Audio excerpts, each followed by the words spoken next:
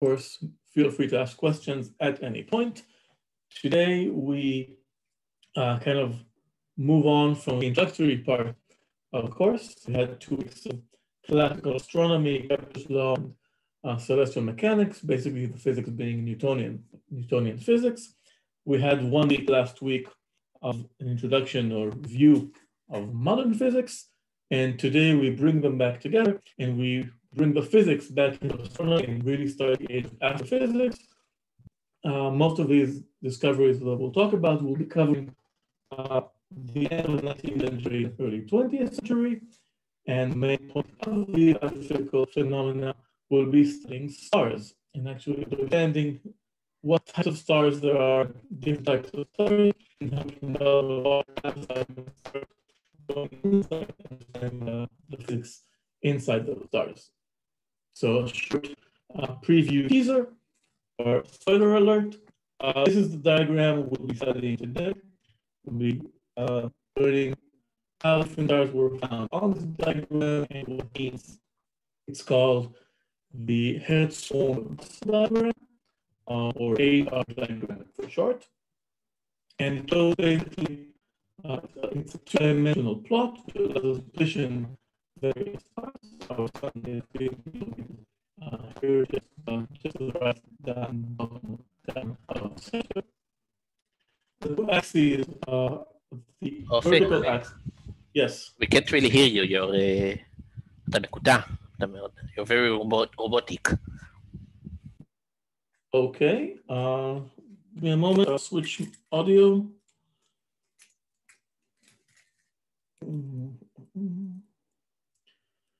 Just a moment. Switch to phone audio, and hopefully that will be clearer.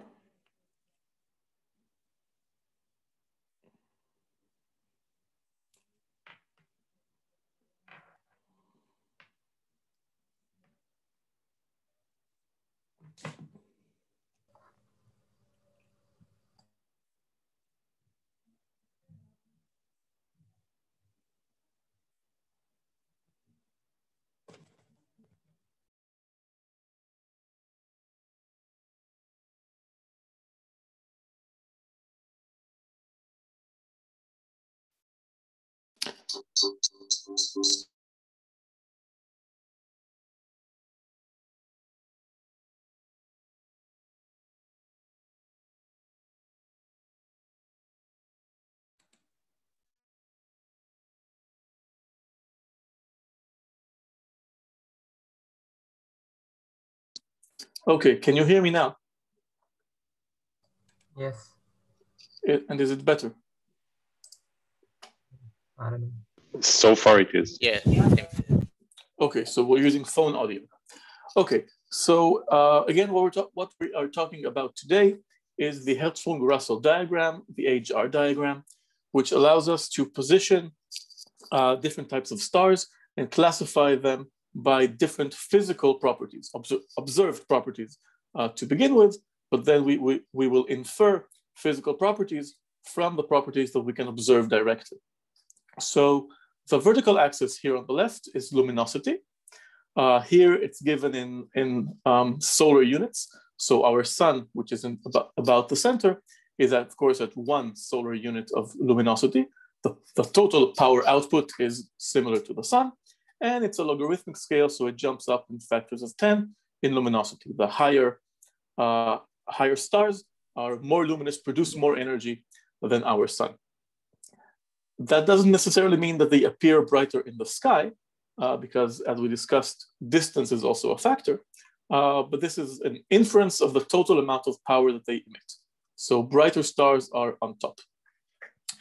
The horizontal axis from left to right is conveniently marked by color. That's the color of the star, which we talked about a bit last week. And the color, of course, correlates directly to temperature or surface temperature. Basically, the temperature of the outer part of the star, the outer envelope of the atmosphere, which is close enough to the outside to have photons produced there reach our eyes and our detectors. So the hotter the outside of the temperature of the atmosphere is, the bluer the star will be. The higher temperature means more towards the blue, and the lower temperature will be towards the right and will be redder. In this case, you can notice that the color scale is actually reversed. High temperatures are on the left and low or red temperatures are on the right. So luminosity goes up towards up, but temperature grows to the left. And again, a star like our sun here in the middle is at 1 solar luminosity, and the temperature of the surface is approximately 6,000 or approximately 5,700 Kelvin, which correlates in the spectrum to having the peak around the white, green, yellow region. Basically the light that we are familiar with. Colder stars will be towards the red area, the red range, and hotter stars will be bluer than our sun.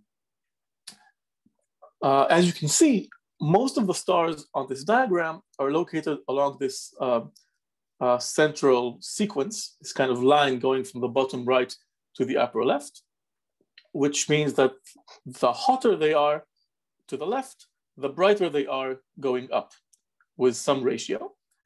This is almost a straight line, and it's called the main sequence.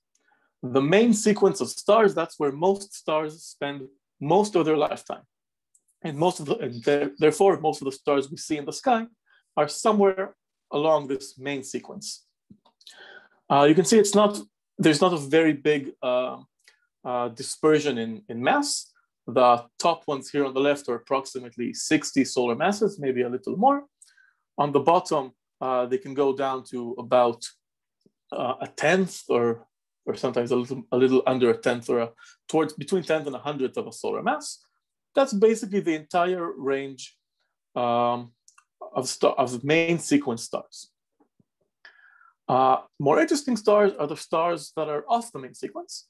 And these can include various types of giants, supergiants, your favorite observed ones like Betelgeuse.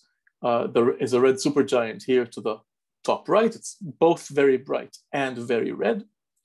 Rigel, another giant in the same constellation of Orion, you can see it with your naked eyes, is a blue supergiant. So it's blue, yet very, very bright. And of course, we can understand that because, as we learned last time, temperature is related to production of energy through Planckian distributions and black body. Basically, to produce more energy, more luminosity at the same surface temperature, you need to increase your surface area, which means increasing your radius. And so radius is another parameter that we can infer from this plot. Basically, these diagonals going down correspond to fixed radii. So if you go towards the up and right, you're going to fatter and fatter stars, or bigger radius stars. So the giants will all be to the right and up of the main sequence. And going down towards the left and bottom, we find another class of interesting stars called white dwarfs, which are both very hot, but very, very small, and so not very luminous, and it's actually quite hard to see them.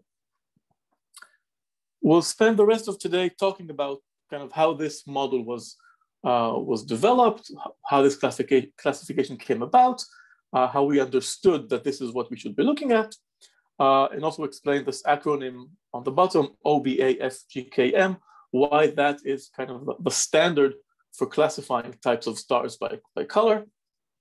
OBAFGKM is called the Harvard classification, and we'll talk about that a little more. But first, we need to kind of go into the details of this diagram and of all the parameters on it, starting with the left, the vertical axis, luminosity. And what we said last time was the observed property of a star is not directly luminosity, because we don't surround the entire star with our observatories. We only see it from where we are. So what we see is magnitude. And as you might recall, magnitude is a measure of a star's luminosity as we see it. Specifically, apparent magnitude, small m, is the parameter that we can directly measure. And how do we find that? If the total power output of a star is L, capital L for luminosity, that's energy per unit time, total amount of power emitted. When we are some distance, capital D, away from that star, the flux of luminosity leaving the star will be distributed, and we'll assume that it's spherically symmetric. So the luminosity per area, or the flux per area, is going to be marked as small f, and is basically the entire luminosity L divided by the surface area of that sphere, 4 pi d squared. So the flux goes down as the square of the distance. This is what we measure. We measure f. And we convert that to our standard magnitude units with a logarithmic scale, as we discussed, I think it was 2 classes ago. Magnitude is inherited from the Greek system of magnitude going from bright low magnitudes to dim high magnitudes, because magnitude 1 is more or less the brightest stars that we can see with naked eyes. Magnitude 6 is basically the edge of what we can see with our naked eyes. And as we said, every factor of 100 in flux corresponds to a factor of 5 or minus 5 in magnitude. If a star is 100 times, appears 100 times brighter, then it will be 5 magnitudes lower, so easier to see with our eyes. In other words, the ratio between fluxes of 2 stars is 100 to the power of the difference in magnitudes divided by 5, or if you take the logarithm base 10 of both of these sides, the difference in magnitudes is 2.5 times the basic logarithm base 10 of the ratio of fluxes. This defines the scaling, the unit in our logarithmic scale. A logarithmic scale has no natural zero, so you have to choose a random point to be 0. And historically, that's been defined as the flux of the star Vega, the alpha star of the constellation Lyra, so the brightest star in Lyra, one of the brightest stars in the sky. And I think in homework exercise 2, you also had to calculate and see just how visible it is from different places, mostly in the northern hemisphere. And so the flux of Vega arriving at Earth has been measured to be 2.52 10 to the minus 8 watts per meter square. Astronomers like to use CGS rather than MKS. So in those units, it's 2.5 10 to the minus 5 ergs per second per centimeter square. And that's defined as the flux corresponding to magnitude 0. Our favorite example is our own sun. Our sun's apparent magnitude is minus 26.86. So very, very low magnitude, very large negative magnitude, which means a very, very bright star. How bright? We can calculate the flux from the sun at the Earth. This is called the solar constant, the amount of energy reaching us from the sun per meter squared per second. So we take the 0 of our scale, the flux of magnitude 0, which is the flux of Vega, multiplied by 100 to the power of the difference in magnitudes divided by 5, using this formula from above. 26.8 divided by 5 is about 5, so we'll expect about 100 to the 5th power, or 5 and a little. So it will be 100 to the 5th power, that's 10 to the 5, 10 to the 10, multiplied by 10 to the minus 8, and we get this number, about 1,000 or 1,370 watts per meter square. I see a question. This is the energy at the top of the atmosphere, not how much penetrates through the atmosphere. We'll see a little later that the difference is not very big in the case of Earth. It will be something like 1,000 watts per meter squared entering the Earth. Most of the solar radiation, as we discussed, comes in what we call the visible range. And the visible range is not suppressed a lot by the atmosphere. It's not absorbed so much. Our atmosphere is very good at absorbing and not transmitting ultraviolet light. That's what the ozone layer does for us. X-ray radiation and higher energy radiation, and low energy radiation. But that's not where most of the energy of the sun comes. The peak of the sun, 5,700 Kelvin star, is in the visible range. So there's very little lost through our atmosphere where it matters, where our sun matters. Okay, so those are magnitudes. But like we said, those were apparent magnitudes. That's what we measure on the Earth. That still doesn't tell us directly something about the star itself, because we need to know how far the star is. Obviously, if the flux goes down like d squared, that means that a star twice as far away will only send us 1/4 or 2 to the half to the second power squared of the flux. And if we put that in the logarithm, then we find a factor of 5. So basically we can normalize apparent magnitudes into absolute magnitudes, which we mark with a capital M, by assuming some standard distance or a zero distance or a zero scale for the distance logarithmically. And we'll imagine that the star is positioned at that distance. So we don't have all stars, as close as the sun or unknowably far away. And again, the fiducial distance, which we take just for consistency of measurement, is 10 parsecs. That's kind of the distance to several nearby stars. And we just assume that if we see a star that's further away, we'll increase the flux or decrease the luminosity and ask how it would have appeared to us at 10 parsecs away, this fiducial distance. That's a simple exercise in logarithms and moving an algebra of moving these quantities from side to side. And we find that you can calculate the absolute magnitude from the observed magnitude if you know the distance. You just calculate the logarithm, the 10 base logarithm of the distance in parsecs, multiply by 5, and small m plus 5 minus 5 times log of the distance will give you the absolute magnitude, or the corrected magnitude, the magnitude which ignores the distance, and should be a quantifier of the star, not of how we see the star. For example, again, our sun has a apparent magnitude which is very, very low, minus 26.8 or almost minus 27, but it's also very, very close. It's just 1 astronomical unit away, 115 million kilometers away from us. If we want to calculate the absolute magnitude of the sun, in this case, capital M is magnitude, not mass. But then again, we'll take the apparent magnitude, subtract 5 times the logarithm of the distance ratio of 1 AU to 10 parsecs.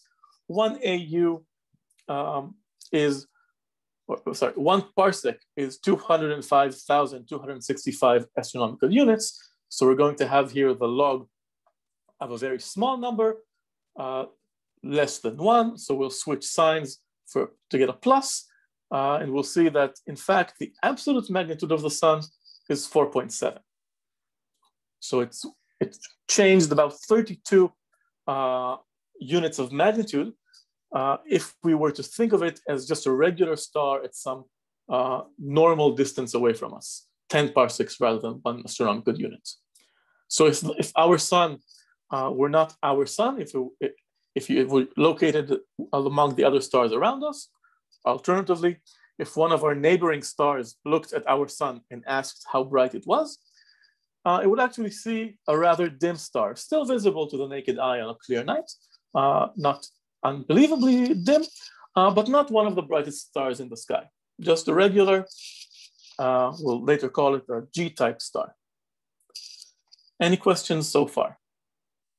Ofer? Yes. So the absolute magnitude is just the magnitude that does not include the distance, and the small magnitude, the small m parameter, is the magnitude compared to us? Yes, absolute magnitude directly quantifies the flux from the star at the star. or if you want, at 10 parsecs away from the star. So the same radius, the same radial distance from any star. So it's an absolute measure. It will be measured the same way for every star. We cannot directly measure absolute magnitude. We can only measure apparent magnitude, and that depends on the star's distance from us. So when we find a star, we have to ask how far it is and convert the apparent magnitude to absolute magnitude to kind of understand physically what the star is actually doing. Okay. And just for a quick review, how do we know how far the star is if we see it? We can use a parallax. For example, if it's close enough, we can use parallax. And that again is why we measure these distances in units of parsec, because it's the natural unit to use when your distance measurements come from parallax measurements, from angles seen from the Earth. Okay, so that's the vertical axis, absolute luminosity or absolute magnitude. For the horizontal axis, we need to talk about color. And color has traditionally been measured with telescopes using different types of filters, because of course, to our eye, almost all stars look white. Again, that's because they're quite dim. Only a few of them, like Betelgeuse, you can actually see it with your eyes that they're red. Our telescope allows us to. Our telescope allows us to increase the amount of light, to focus more light from the star into our camera or photographic plate. And if we put a filter on, we can put different types of filters for different types of bands of color. So different regions of either frequency or wavelength. And the typical bands which people use are given names. V is for visual. You can see it here in wavelength. It covers most of the visual range. So from about 500 to 700 nanometers, obviously it's not a perfect square filter. It has some properties, but often most of these filters will be pretty much the same, and we don't expect too much variance in color over a few nanometers of wavelength. So V is usually will be a bandpass filter for the visual range. B will be blue, so slightly below the visual range. U will be ultraviolet, so even further to the left. This is now filtering light that we can't see with our eye, but is still close to the visual range, just below or just above, depending if you're looking at wavelength or frequencies. If you want to see the high edge of the spectrum in wavelength, then we'll have R for the red band and I for IR, infrared, just above that, just up of the visual spectrum. If you put these bands, these filters on your telescope, then obviously you'll get different types of apparent magnitudes. These apparent magnitudes will all be higher than the total apparent magnitude, because higher magnitudes means lower flux. You're limiting yourself to a part of the waveband of the spectrum. So you'll have less flux in every band. But now we can actually have multiple measurements from the same star. For example, we can compare the magnitudes, apparent magnitudes in different bands, and understand if the star is more red than blue, more blue than ultraviolet, and kind of determine in that way what is the correct color or temperature of the star. These are all marked as apparent magnitudes because that's what we measure. But of course, when we're talking about color, it doesn't actually matter whether it's apparent or absolute magnitude, because what we'll be looking at is differences between different bands. Which is higher, B or V, and by how much? And of course, if you subtract two magnitudes, two apparent magnitudes, the result is identical to subtracting two absolute magnitudes, because it's a logarithmic scale, and the constant, which is the distance of the star, just drops out. So it doesn't matter if you do these calculations with apparent or absolute magnitudes, which means you don't need to know the distance to the star to calculate its color. You do need the distance for the absolute magnitude, but you can find the color even without it. Okay, so this is a useful table for calibrating different types of stars by color. And again, we see that the reminder that the temperature of the surface of the star determines the black body radiation, and if it determines whether the peak will be, for example, in the middle of the visual spectrum, like our sun, or at higher wavelengths, lower frequencies, moving towards the IR outside. On the right here, we see examples of stellar classifications. We mentioned before that stars are typically classified as with one of the letters OBAFGKM. We'll talk about those letters, the numbers following them, and the V here later. I'll just say for now that V, classification of letter V, means it's a main sequence star. So it's a different type of classification. MK classification, which means these main sequence stars are distinguished by color. And that color is given by the difference or the delta between different types of magnitudes and color bands. So like we said, blue minus visible, ultraviolet minus blue, visible minus red, red minus infrared. All of these differences correspond to typical temperatures of stars using these black body radiation relations. Another useful formula, which is not exact, but it's good enough for most cases, this Ballistos approximation formula, which basically uses the B and V indices. So the magnitude, the color indices B and V, the magnitudes in blue and in visible, and you calculate the difference between them, put it in the formula, and it gives you an approximation of what the temperature would be, of course, in units of Kelvin. There was a question before about the solar constant, or the amount of energy we get from the sun under the atmosphere. And that we have here, the straight orange line is the black body temperature, the black body spectrum for the temperature of our sun, 5,780 Kelvin to be exact. The red is what we actually find, which is, of course, slightly deviating. It's not exactly a black body, but we see that it's actually close enough. There was another question. How we find the formula for the temperature? You mean the Ballistos formula, how it was found? The Ballistos formula doesn't need calibration to the sun. It's basically fitting a black body. So a black body has this rising part and the decreasing part, and we know the black body exactly, right? That's the Planck distribution.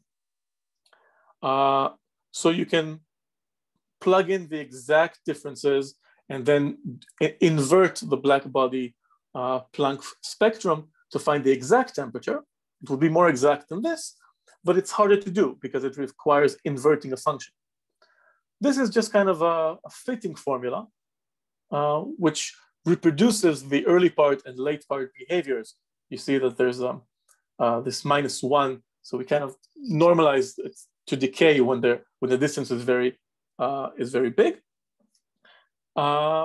And you play with numbers until you get this kind of fiducial, useful formula in between. It has no physical significance. There's no physics that goes into it. It's a numerical fit. So it's something that's easy to use. That's all. Okay. So we said that we can now measure color, and measuring color gives us temperature. We can also measure apparent magnitude, which is a measurement of flux. And from those together, we can actually get some interesting physics. That is, if we know the color and the temperature, then Planck gives us the black body spectrum. Integrating over the entire spectrum, over frequency and angular distribution, gives us the Stefan Boltzmann equation, which is flux per unit area, per unit time, as just a function of temperature, no longer dependent on frequency because we integrated over all frequencies. Okay, so this Stefan Boltzmann equation is, again, a completely neutral black body equation. It's good for any black body. And it just comes from taking the spectral distribution and integrating over frequency.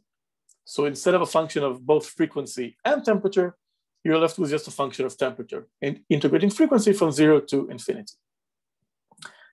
And you can see this, if you have not seen this in statistical mechanics, you can understand this easily. If you see that the units here are frequency to the third power, and then you integrate over frequency, so that will give you a fourth power of frequency. So you're looking for something with units of frequency to the fourth power. But of course, frequency is just another name for temperature, because Planck's constant times frequency, hν, is a typical energy of your most likely photon up to some numerical factor.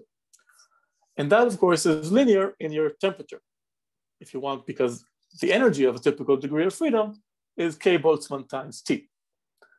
So you can do these scaling conversions between the frequency and temperature, and they're just linear with respect to each other up to some numerical factors, Planck's constants, Boltzmann's constants, and whatever. All of those linear numbers will produce this sigma, the Stefan Boltzmann constant. Here given in units, NKS, of watts per meter square per degree Kelvin to the -4. But the result will just be a fourth power of temperature. Okay, has anyone not seen this before in any sort of statistical mechanics course or anywhere? Which part? Stefan Boltzmann's equation, power per unit area, dependence on temperature. I don't remember it, but maybe I saw it and just don't remember it. Historically, it was very important in developing the black body spectrum. Today, it's less important because in many experiments, you'll have the full spectrum. So you'll kind of be looking at the top one, the Planck distribution. But if we look at a star, then we're actually interested in the total output. And then you'd integrate over frequency and you'd get this Stefan Boltzmann equation. Okay, so Stefan Boltzmann's equation gives us a relation between flux and temperature. And we already said that temperature we can measure indirectly through color with different types of filters. And flux we can measure because we have the magnitude. Converted to absolute magnitude gives us the flux per unit area. So we have both the left side and the right side. The only thing that's missing is that the flux per unit area needs to be mediated with the area of the star itself, right? The luminosity of the star, the same L we had before, is not only equal to 4 pi d squared times the flux at the Earth, where we measure it, it's also equal to 4 pi times the radius of the star squared times the flux at the surface of the star. So that's this equation. It's telling us that all the flux coming from the star, if you assume spherical symmetry, then you multiply that by the surface area of the star, and that gives you the total luminosity of the star. The flux, again, is then related to the temperature. The flux is temperature to the fourth power times Stefan's Boltzmann constant sigma. And so now we have a direct relation between luminosity, which we can measure, the temperature, which we can measure through the color, and the radius of the star, which is a new parameter we did not have before. And now we find that we can calculate it. So if you look at these things in the sky, at a star at night, even with the strongest telescope, you typically will not be able to see more than 1 pixel from a star. They are so far away that it's very hard to see. Only in the recent few years, we've been able to tell, to directly see the surface, as in more than 1 pixel, actual angular distribution, of a few giant stars, Betelgeuse, which is very close, and stars like that. But there are very few stars we can actually resolve. This, however, which we could do already more than 100 years ago, can give us a calculation of the radius of the star. And that really tells us the first clue about whether they're giants, dwarfs, regular main sequence stars. We can calculate how big a star is indirectly by the amount of energy it outputs, the luminosity, and the color, which is the temperature. And again, these are exactly the two axes, the two parameters shown in the HR diagram. It shows color, which is temperature on the bottom, and luminosity, which is flux, total flux on the top. And that also tells us why the slope indicating constant radius were these negative slope for radius, right? Because it's saying that the flux that we see is basically related to the ratio of these parameters. So it will go like t to the fourth r squared. And so at a constant r, the flux will go like the temperature to the fourth power. Alternatively, at a constant temperature, the flux will go like the radius squared.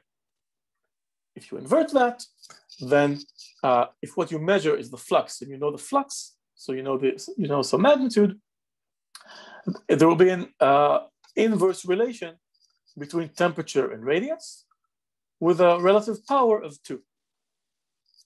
And we can see that directly in the diagram. We can see that these slopes are all slopes of 2. That is, for example, if we want to go from a temperature of 30,000 Kelvin here on the left to 3,000 Kelvin here on the right, that's a factor of 10 in temperatures. And if we go in luminosity, we'll see that this triangle here will be basically going from 10 to the minus 5 to 10 to the minus 1. So this is 4 orders of magnitude. Okay, so in this case, what we did was go up 4 orders. Maybe I want to use the same line for both. Okay, let's compare, for example, Sirius B and Procyon B, which are on the same radial constant line. They're both white dwarfs. We can imagine that this is about maybe 8 or 9,000 Kelvin, and it goes up to maybe 20-something thousand Kelvin, so about a factor of 3 in increasing in temperature, and increasing from about 10 to the minus 3 to a little over 10 to the minus 1 in luminosity. So maintaining the same radius, luminosity can only increase by the temperature increase. There's a power of t to the 4, so it would be the 4th power. A factor of 3 in temperature will give us a factor of 81 in luminosity, 3 to the 4th power, and that's about what we see, almost a factor of 100 from 10 to the minus 3 to 10 to the minus 1 and a little. So that kind of explains the slope, the interplay between flux, color, temperature, and luminosity, and radius. Any questions thus far? Ofek? Yes. If we take the third equation that you showed us, the luminosity one. This one? Yes. Yes. If we can already calculate the luminosity, and then we can get the radius from it, yes, of the star, doesn't that mean that we can calculate the distance as well? Like yes, definitely. Very accurately? Yes. It means that now, if you have the color, which gives you temperature, and you have the luminosity, you can indirectly, you have another data point. You're no longer just restricted to magnitude, which decreases like the distance. Okay, I'll be a little more accurate. You have here 3 numbers. If you know 2 of them, you can calculate the third. So if you have a star and you know its radius, and then you know the luminosity and color, you can calculate the distance. But for that, you need also the radius of the star itself. So we added an equation, but we added a variable as well. right? Before we had luminosity, temperature, and distance. Now we're adding radius and an equation relating radius, temperature, and luminosity. If you know any three, you know the fourth. The reason it actually makes things simple for us, and oftentimes you don't have to directly measure the radius, and then it is enough to measure the color and the luminosity to find the distance, is because of this diagram. Because you learn that most stars are along this main sequence. Theoretically, you could have had a star anywhere on this diagram, right? You could have had a star somewhere here. And then you see that if you know only two parameters, if you know only two parameters, the apparent luminosity or apparent magnitude and the color will give you a horizontal position. So you'll know left or right where you are. But just the apparent magnitude will not tell you how far up you are, because what you need from the left axis is the absolute magnitude. However, if you add the assumption that it's a main sequence star, then knowing the color, you can basically assume that it will only hit the main sequence at approximately 1 point. And so you'll indirectly guess the absolute luminosity from the color and the diagram and the main sequence relation. And then you can find compare that to the apparent magnitude and find the distance. You just need to know that it's a main sequence star. And there are other ways to tell if a star is main sequence or not, which we'll talk about a little later, surface gravity and things like that. But for now, we can kind of start understanding the power of this diagram and of these complementary measurements of color, which gives us temperature along with magnitudes. More questions on color, luminosity, magnitude? Okay, this brings us to the next step in physics, and that's kind of actually finally penetrating into the atmosphere and talking about what makes the different colors, the different stars have the color that they do, and why we have this weird classification, OBAFGKM, where that comes from. And this work is kind of almost all coming from the turn of the century, approximately, end of the 19th and beginning of the 20th century. And it starts with a spectrograph. A spectrograph is more than just band pass filtering the spectrum into a few bands of colors, kind of wide bands of red or visible or ultraviolet and such. A spectrograph actually allows us to find those discrete lines in the spectrum, which we know from last week, we can associate with chemical composition, with different types of elements and molecules in stages or phases of those atoms in electronic transitions, which imply the chemical composition and what's really in the star itself. So we're no longer looking just at the surface as this black body that's emitting a perfect black body continuous spectrum. With a spectrograph, we can actually see discrete lines and learn much more about the temperature and the composition. And it's easy to build a spectrograph. They've been doing this for almost 200 years. You take a simple prism. Here we have a triangle prism, developed by Newton. And as you know, a light ray of white light entering a prism will break into different colors because the index of refraction is different between different wavelengths. And then you'll have it coming out at different angles for different colors. So what we typically do in the simple spectrographs, your light from the telescope comes from the left, and you have at the point where you would have formed the image, so where you would have maybe used the lens to put a photovoltaic photographic plate and have a picture. Instead of that, you'll make a small slit or aperture, and you'll have the light continue to a lens, which will converge the divergent rays into parallel rays, so they enter the prism at the same, in parallel, at the same angle. That means that when they come out, again, the angle of refraction will be dependent on the wavelength, but for the different rays coming in parallel, it will have the same angle coming out.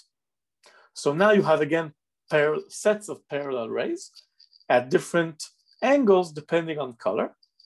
And so a second converging lens will again focus all of those parallel lines to different foci points on your screen. For example, the red here will be on top, will continue on top and reach the top of the screen.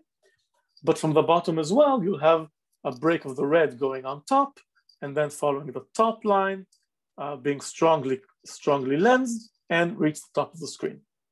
The green will be somewhat lower, and the violet and ultraviolet and so forth still to the lower of the screen.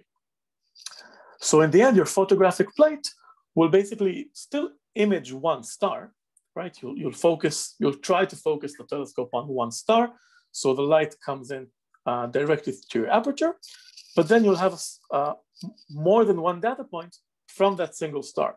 You'll have a full band or spectrum of the star. And this will be a continuous spectrum, or if it were a perfect black body, it would be a continuous spectrum. If it has any sort of discrete lines missing in the spectrum, you'll see them as black or dark missing lines on your screen. And this is what it looks like. Okay, this is an example from the original Draper Catalog. The Draper Catalog was produced in Harvard in 1890, named after Henry Draper, who gave the money for it. And we see the order of stars, A, B, F, G, K, M, which is a subset of the original Secchi catalog from a few years earlier, which had basically all the letters running from A to O, sequentially. And we see that we can actually tell, even with no training at all, we can look at these different spectra and kind of see a progression of something that's going on. For example, we can see that these age lines, the hydrogen lines, here H delta and H gamma, are very, very strong, or strongest for the A stars, and then they go and get lower and lower, going down all the way to M. Okay, so the hydrogen lines are most prominent in A stars, and then they kind of dwindle away and disappear towards M, while at the same time, we have more lines appearing for many more types of elements. And as you might remember, in astrophysics, everything above helium we call a metal. So we have what's called metallic lines appearing. So the early type A stars, not early, the early letters, the low letters A type had strong hydrogen lines and basically no metallic lines.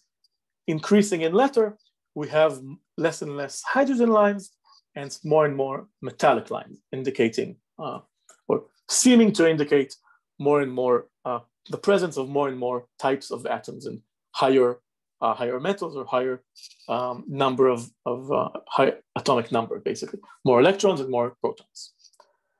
Questions so far? It's going to get tricky, so this is the point to mention any questions if you have them. לי יש שאלה. Yes. זה נקרא היידרוג'ן ליין בגלל שכאילו זה פולט את האורך גל באטום הזה? Yes, these are exactly what you would call the Balmer series, the electronic transitions of electrons around a hydrogen atom. So if they appear, and we know hydrogen from Earth, we have hydrogen on Earth, we know the spectrum very, very well. And so if we know which lines to expect. So you can, basically the spectrum is given to you. The plate gives it to you as a band, as a kind of this rectangle of light in different types of color. It burns the plate if there is light, and it's dark if no light appeared. And you can see which lines are there, that is, which dark patches are there, so where light was missing. And you realize that the star had no light in these particular positions.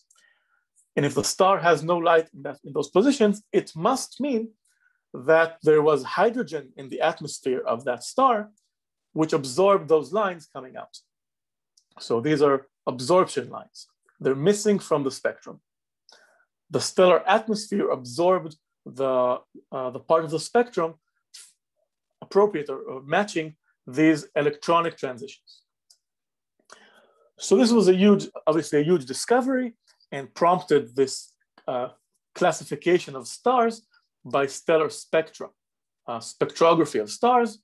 And it was assumed that this indicated the abundance or how much of each element there was. People thought that these A-type stars, have much more hydrogen than, for example, M-type stars. And M-type stars would have much more metals or heavy elements than A-type stars.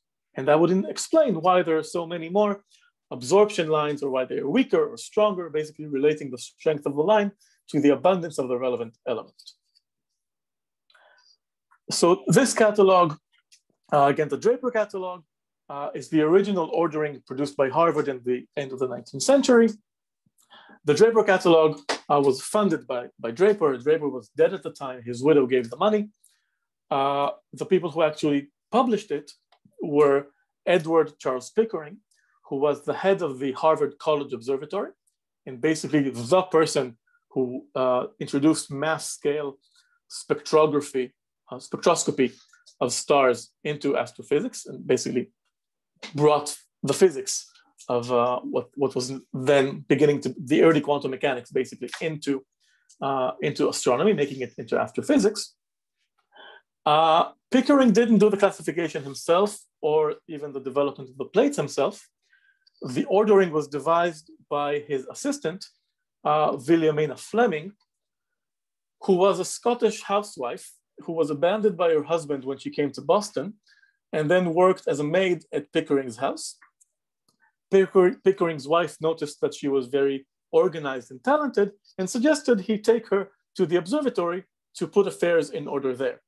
And so she became from a housewife to an astrophysicist with no academic or official training, and basically invented the first stellar classification based on spectroscopy, and was the mind behind the first Harvard catalog, with the Draper Catalog.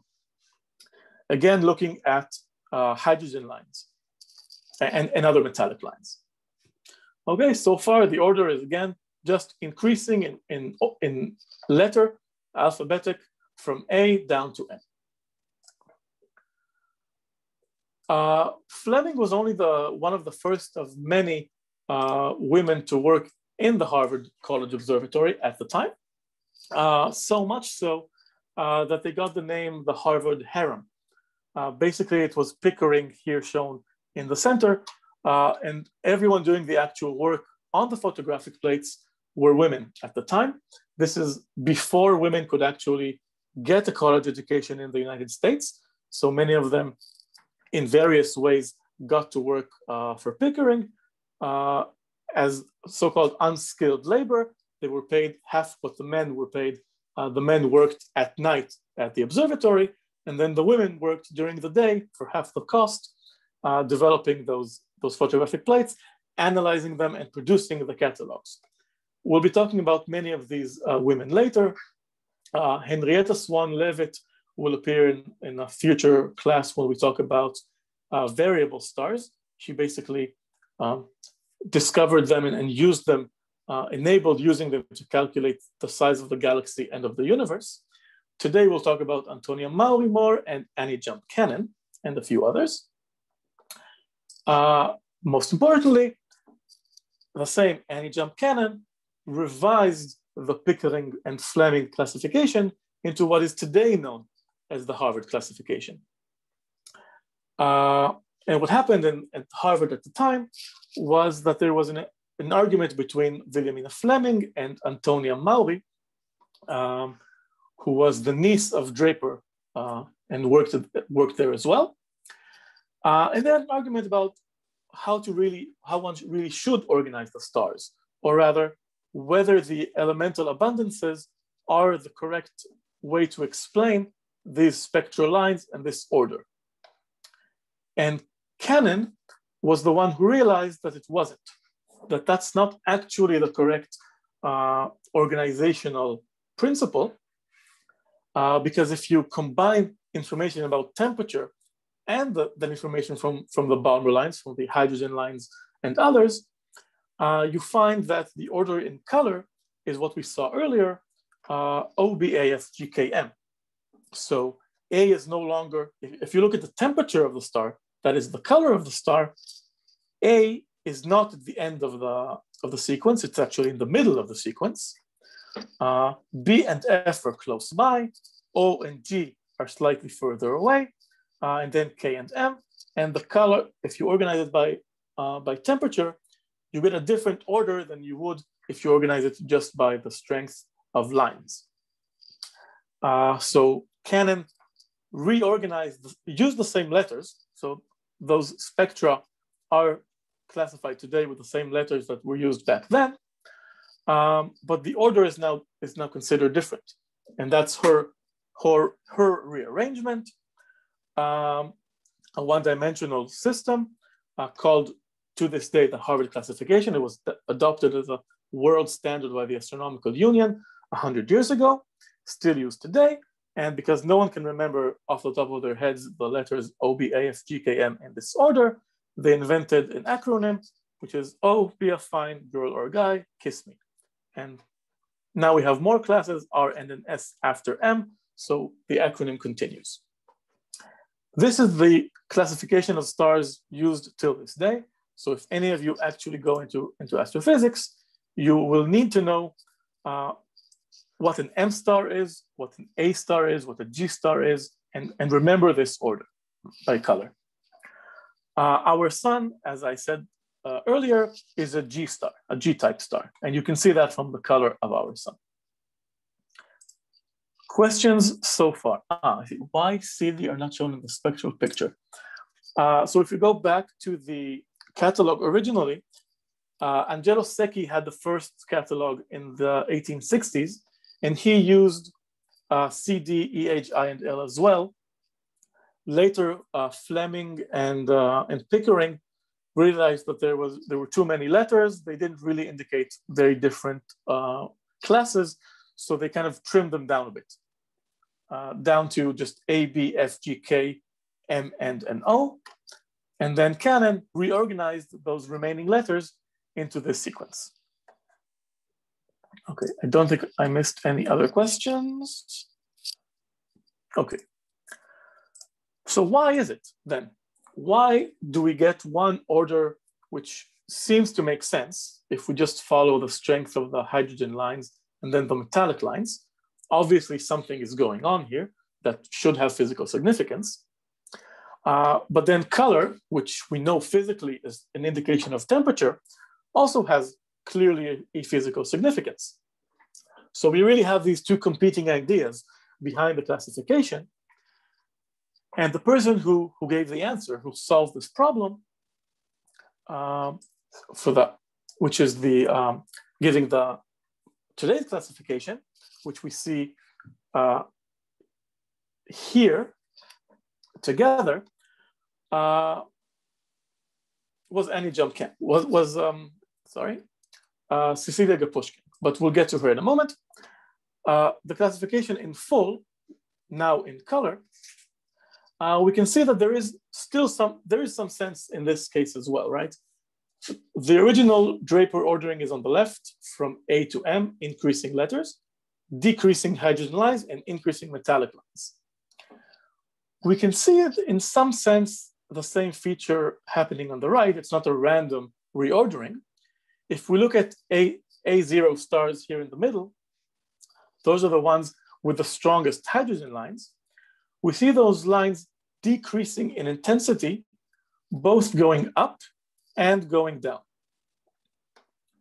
And again, the K and M stars, they still have the weakest hydrogen lines and the metallic lines growing, but they're kind of at one end.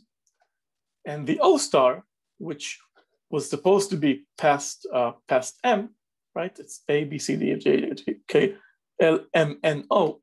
O was supposed to be after M, but it got flipped over to the beginning because it has no hydrogen lines, but it also has no metallic lines.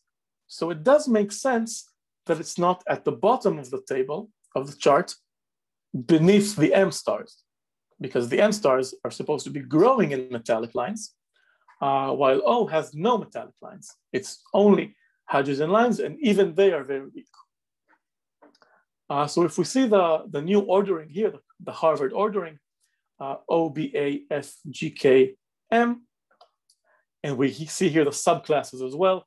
There's typically a number from 0 to 9 for a subclass of each letter. It does make sense as a picture, right? We see that there's some progression going on. It does make sense, but it's not just the sense of color, and it's not just the sense of hydrogen lines, because again, they decrease both ways from the middle. So there's something else behind it.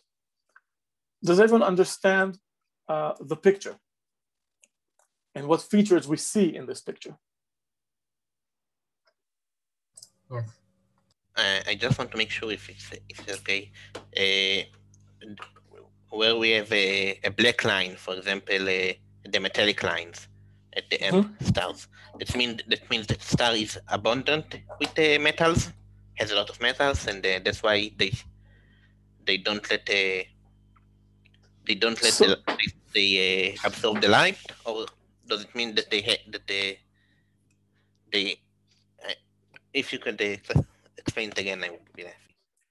If we see a black line, that means that it's missing from the spectrum. That means that the stellar atmosphere must include that element to absorb photons in that specific spectral line. It means the element has to be present in the atmosphere. From about 1890 to about 1820 or 20 something, people actually thought that this was directly related to abundance. So to the amount of that hydrogen or metal present in the atmosphere. That's the naive and easiest answer. If I see a stronger metallic line, there's more of that metal in the star. So of those two ideas, one, that if we see an absorption line, the corresponding atom has to appear in the stellar atmosphere to absorb it, and that the strength of the line indicates the abundance of that atom. Of those ideas, today we know that the first is correct and the second is incorrect.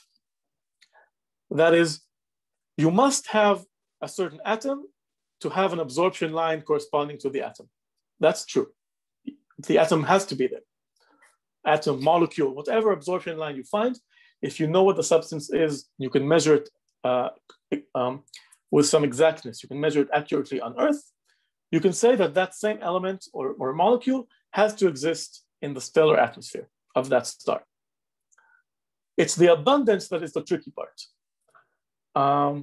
It's not directly related to abundance, and today we know that actually stars almost all have almost identical composition.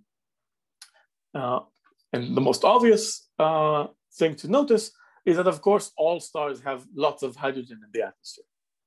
But the main sequence is stars fusing hydrogen into helium. They must have hydrogen in the core, and typically all the way out to the atmosphere, stars are mostly hydrogen, all of them. So the disappearance of hydrogen lines can't be explained by non-existence or low abundance of hydrogen. Okay. The existence of a hydrogen line obviously indicates the presence of hydrogen, but that's not very interesting. All stars have hydrogen. The presence of a metallic line indicates the presence of that metal, and that is interesting because not all stars would have all metals. But again, for an O-type star, for example, you have very, very weak hydrogen lines and no metallic lines.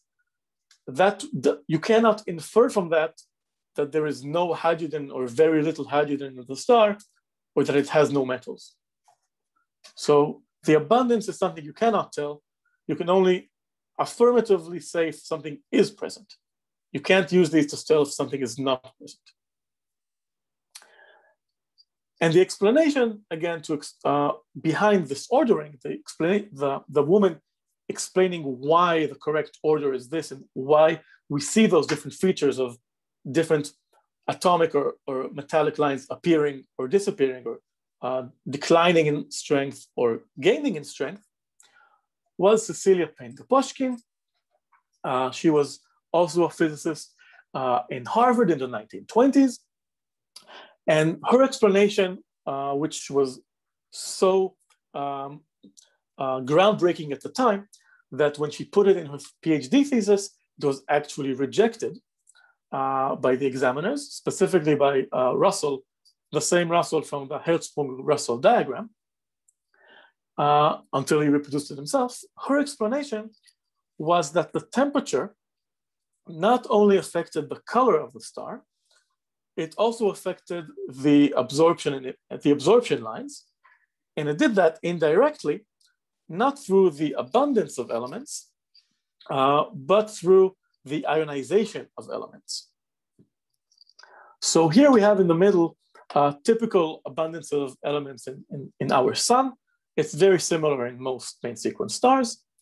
We can see that about 90% of the atoms in the star, in the sun, for example, are hydrogen. About 9% are helium, and the rest is everything else. So there's very little abundances of metals in main sequence stars. It's almost all 90% hydrogen, 9% helium, and metals is basically orders of magnitude below that for all the rest. However, Cecilia Payne-Gaposchkin realized that if you want to see some atomic line, some electronic transition line in a star, it's not enough for the element to be present in the atmosphere.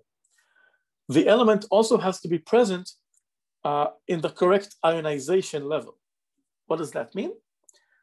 If you have hydrogen in the atmosphere of a star, but for example, the atmosphere is too hot, so all the hydrogen is ionized, then you will have no electrons around bound to hydrogen atoms in the star, and you'll have no hydrogen lines.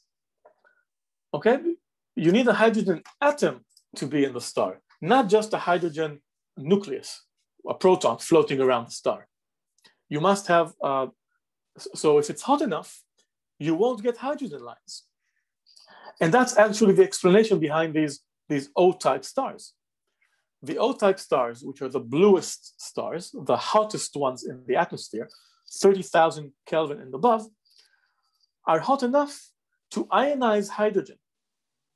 And if you ionize hydrogen, you won't find hydrogen lines. So even though it's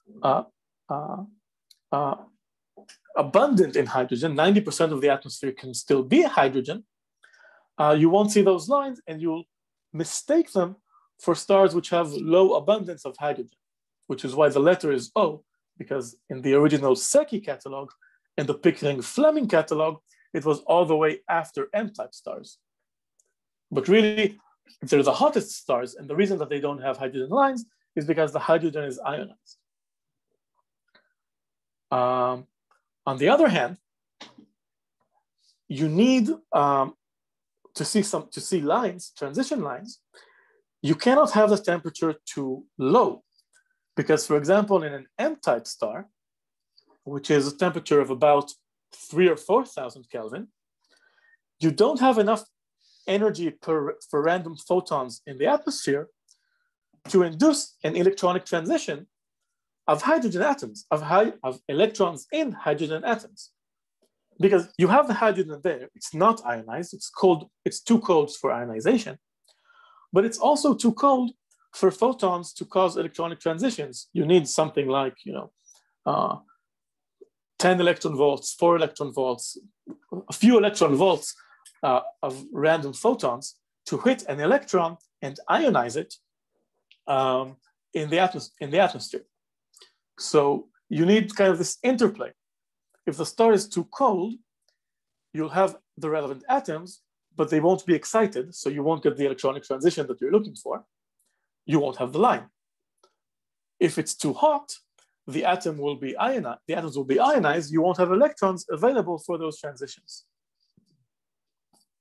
Okay, so this is exemplified on the left in this kind of interplay of ratios of ionization levels. So N1, N2, and etc. is how many of the electrons have been ionized in the atom. And as the temperature goes up, you see ionization levels kind of growing. On the right, you see the conclusion of it, which is the relative line intensity, which comes from basically multiplying a product between the ratio, the frequency of available atoms for the transitions and the availability of photons to excite those transitions. The ionization grows with temperature, and so the available number of atoms decreases with temperature, and it's exponential. It's with the Saha equation. It's exponential with temperature. The probability of electronic transitions to get electrons with high enough energy, photons with high enough energy to excite a transition is again exponential, but that's exponentially decreasing with temperature with the Boltzmann factor. So increasing with the temperature. You get more high energy photons, the higher the temperature. If you multiply an exponential decreasing and an exponential increasing, you get a very relatively sharp peak. And so the hydrogen lines peak around the central temperature of approximately 10,000 Kelvin. And you see that corresponds to basically A-type stars, which again are called A because they have the strongest hydrogen lines. Then if you go down to B, then F, G, K, M, and O, as much as the hydrogen lines get less and less intense, it basically means that the temperature is moving away from 10,000 Kelvin, but it can move in either direction. If it gets too hot, atoms become ionized, so you don't get any more hydrogen lines. If it gets too cold, you can't excite them, so you lose out the hydrogen lines again. And the similar thing happens for other types of atoms. So helium is harder to ionize, which means it's ionized only at a higher temperature, and also you need higher energies to excite transitions in helium. So basically you can take the whole hydrogen curve and shift it to the left, shift it to higher temperatures. That's for helium-1, that is once ionized. Sorry, that's not ionized. The number 1 is no ionization. Helium-2 is ionized once more than helium, so it's ionized once. So helium plus 1 electron missing. And again, you see that this curve is shifting even more to the left. On the opposite side, atoms, metals, like here we have iron, or even a molecule. TiO is a molecule similar to sand. SiO is sand, Ti is similar to that, titanium oxide. Can get ionized at very low temperatures. And so the corresponding curves move to low temperatures. So again, this indicates both presence, but now you can understand how temperature is actually determining the ionization and therefore determining the prominence of various lines. Okay? I see a question. How do we know that there's hydrogen there, even though the temperature is high? So today we understand that all stars basically are mostly hydrogen. We can try to look more carefully and see that we do find some hydrogen lines, right? You can see here at the edge, we don't see the central ones so strongly, but even in O-type stars, we do have some indication of hydrogen lines, dim but there. And again, that doesn't mean that the abundance is low. It means that the abundance of non-ionized hydrogen ready to be for these transitions is low. So again, it means that either the temperature is too low or that the temperature is too high. But there is still hydrogen there. Okay, any more questions on spectroscopy of elements and spectroscopy of stars and what it means through ionization about the stellar atmosphere temperature? Yeah, I have a bit of a general question. Yes. In the diagram in the previous page of the star spectrogram, Yes. Should we see the spectral line of our atmosphere? And if so, why can't we see it in this diagram? You can assume that they just subtracted or removed the lines that are relevant. Although if you look into it, it's not actually a very big effect. There is no free hydrogen in our atmosphere. Like we said last week, hydrogen is a very light atom. So at the ambient temperature on our star, you would get random hydrogen atoms to get enough kinetic energy to have enough of a high velocity because the mass is low to escape the atmosphere. And the same goes for helium. Helium is very light and it completely escapes our atmosphere. As we said last week, helium was actually not discovered on Earth. It was discovered, the first element discovered outside the Earth. It was discovered in the spectroscopy of the sun. And only then they realized there was an element whose spectral lines we do not know from the Earth, and came to realize that it was helium, and later it was found on Earth. And of course, it's called helium because it's from Helios, it comes from the sun. It's the element coming from the sun. So the sun, of course, is much more hydrogen than helium, but both of them do not exist in our own atmosphere. So at least with them, you don't really get confused. And you can talk about other lines, obviously molecular oxygen and molecular nitrogen do appear in our atmosphere quite a lot, but those are not the lines that are going to be on this part of the band. Okay, thank you. Okay, so now we understand color, temperature, luminosity, and composition, and how that composition is really related, or another indirect way of accessing and understanding the temperature. And now we can finally come back to the HR diagram. Here on the left is the original HR diagram. You can see finally temperature on the horizontal axis, magnitude here in absolute visual magnitude on the vertical axis. For historical reasons, obviously, magnitude goes from positive at the bottom to negative on. Again, negative magnitude or low magnitudes indicate high luminosity and high flux. So this is actually increasing luminosity on the left, and temperature is on the left-right scale. And we see that basically the discovery of this main sequence.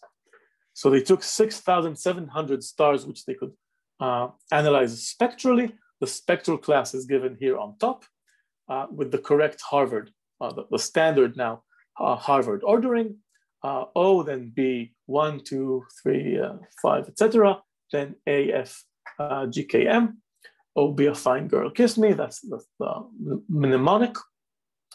And we see that it really blurts out or gives you the main sequence. You see most stars are, as we said, positioned along this central band, this main sequence of stars. At the time, they knew a few white dwarfs. You can see them here on the bottom. Sirius B was the first white dwarf discovered, a companion to Sirius, one of the brightest stars in the sky. And the beginning of finding these giants on the up and right of the main sequence.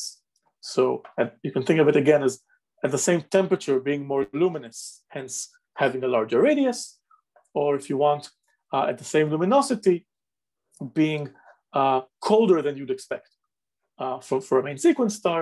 So to maintain the same luminosity with a lower temperature, you again need to increase the radius by a factor of 2 to 4, because the power of the radius is 2 and the power of temperature is 4 in the luminosity coming from Stefan Boltzmann's formula. So it all ties together in these stages of observational astrophysics or observational astronomy: color, temperature, spectral lines, which again proxy for temperature, luminosity, which comes from flux and distance and temperature, and all of them give us this result, which is completely not analytic. This is not something we would have guessed, but it tells us where the stars in the galaxy or stars around us, where they appear, what kind of relations they obey, main sequence and different giant types and dwarf class and the white dwarf class. Questions thus far?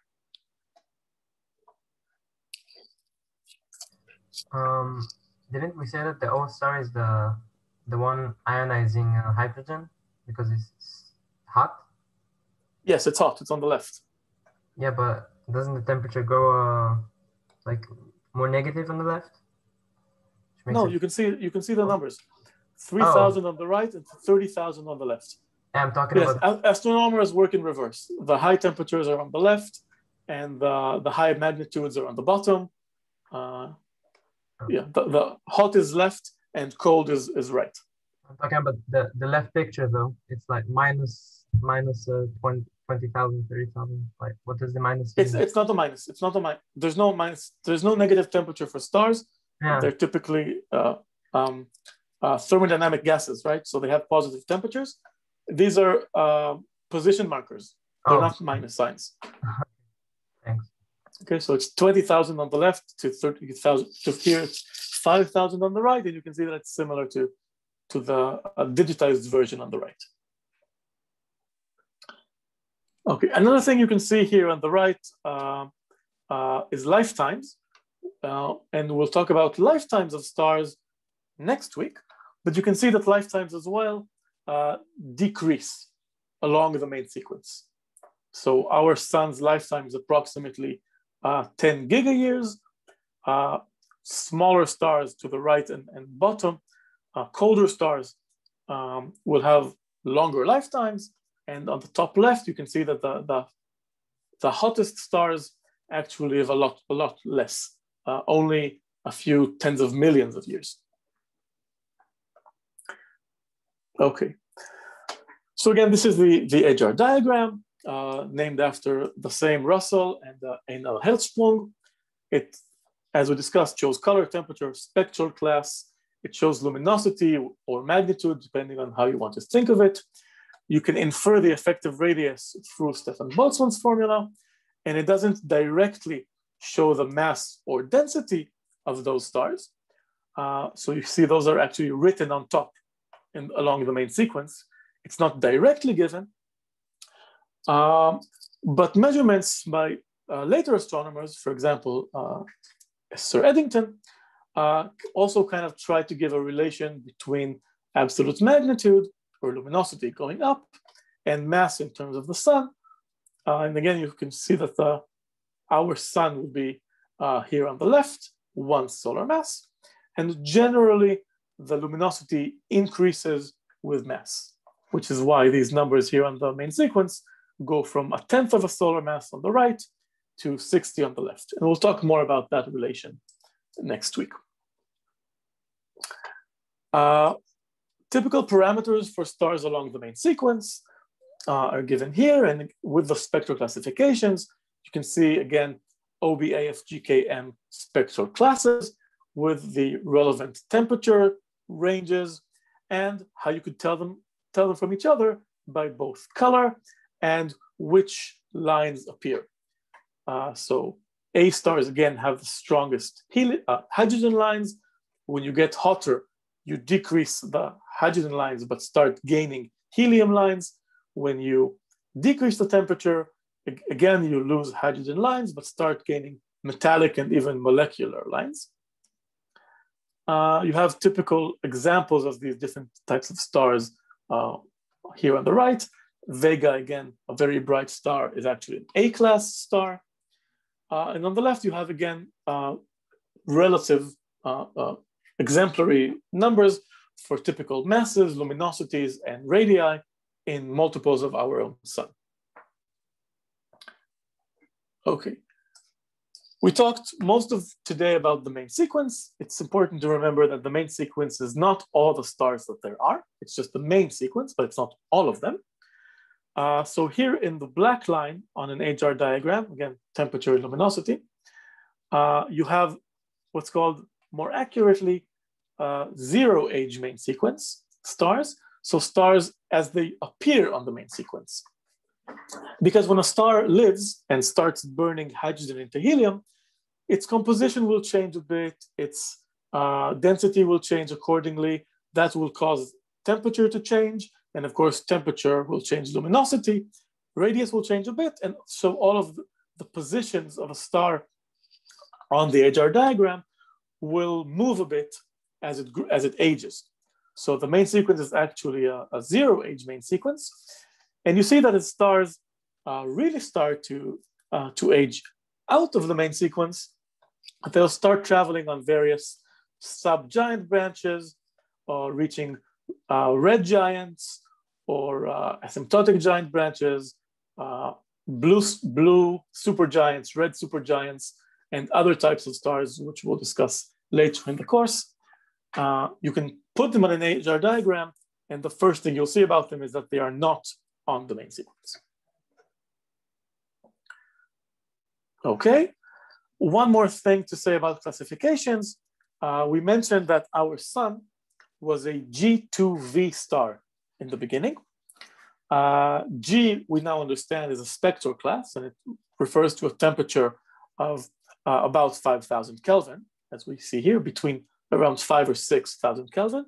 G2 means it's a very low on the G, close to the F side, so slightly higher than 5,000. It's about 5,800 Kelvin surface temperature for our sun, as you can see here.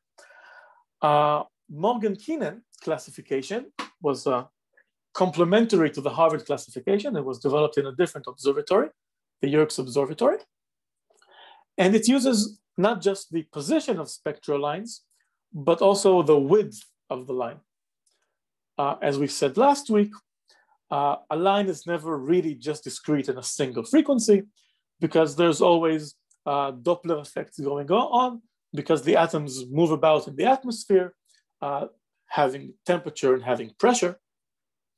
The pressure determines the velocity and is often related to the surface gravity. The denser the star is, the stronger the gravity. If the stronger the gravity, the higher the pressure needed to overcome the gravity.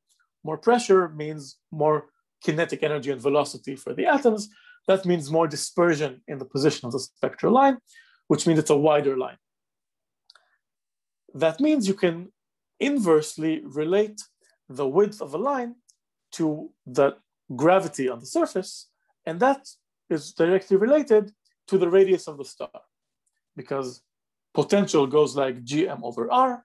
So the bigger R is, the weaker the gravity, which means supergiants, which are very, very large or fat stars, will have very weak surface gravity, and so narrow lines, while dwarfs, on the other side, are very, very dense, so they have very, very high surface gravity, and so very, very strong dispersion and wider spectral lines. So the MK classification basically tells you how dwarfish or giantish the star is, and it's classified in 7 types of branches, from supergiants, bright giants, normal giants, subgiants, the main sequence, which is branch number 5, subdwarfs, and white dwarfs. And we see them here on top of the HR diagram, showing the relative orientations and positions of those different giant branches. Again, V being the main sequence branch. So our sun is G2V, it's on the main sequence. I'll just stop now saying that there are additional characteristics which people note about spectra: strange lines, enhanced metal features, extra broad, missing or unusual element presence. Different population stars can have slightly different metallic composition. Population 2 have less metals than population 1, so it changes things a bit more. We have definitely not finished characterizing all types of stars, but for the intent of this course, this is enough to get started. Next week, we'll use this information about the surface of stars and the luminosity coming out of stars to really delve in and start talking about energy production and the inner structure of stars. Any questions? לי יש שאלה. Yes. האם כוכב חייב להיות ניטרלי מבחינה חשמלית? So there's a question about electric neutrality or charge of the star. A star is very, very big, really big. And it's very, very hard in nature to separate large quantities of charge from each other, right? If you calculate because it's very attractive, obviously, the electric force between opposite charges. If, for example, you remove an electron from a star and the star becomes positive, it will strongly attract electrons from around it, and vice versa.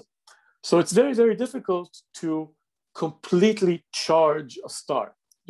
That means you need to take charge from the star, ship it off somewhere, and not have it come back or replaced by other charges. So of course, no one can measure a star's composition down to the last electron, but you typically don't expect to find a macroscopic charge on a star. So compared to the gravity of the star, for example, for all intents and purposes, you can treat a star as neutral. Now, being neutral does not mean that there are no free charges. Like we talked about ionization. Ionizations means, of course, you rip electrons from the nuclei, and you have positive nuclei and negative electrons, and they're all floating around. So it's actually creating a plasma. And the most common astrophysical state of matter is plasma, which is different types of ions floating around each other. And that means that they can convey electric currents, and they can create and do create strong magnetic fields. But net charge, the electrostatic net coulombic charge, is something we typically neglect. אוקיי, אז יכול להיות כוכב שהוא חם כל כך, שזה איוניזציה לכל החומרים בתחום של האור הנראה שלנו, ואז אנחנו בעצם לא רואים אותו. יכול להיות כזה? You'd have, theoretically, yes. It could ionize all the hydrogen and have nothing at the surface. You'd have to find if that can be sustained, or can you sustain such a high temperature along the surface, and how you would cook the star to being that hot. There's a reason the main sequence ends at about 60 solar masses. Some people maybe push it to something like 90 or 100 solar masses, but we don't find, not only in the visible range, we don't see stars that are much heavier than that. And we'll talk, I think, next week about what's called the Eddington limit, the limit to the mass of the star coming from the limit to the luminosity of the star, and see that the surface temperature, while from today's calculations could go above about 30,000 degrees, the star cannot actually be sustained above that temperature. So we don't expect stable stars to be there. But that's kind of preempting next week when we talk about mass, luminosity, and energy production.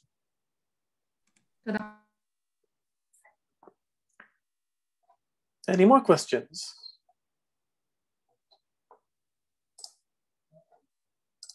Okay, if not, I'm cutting the recording.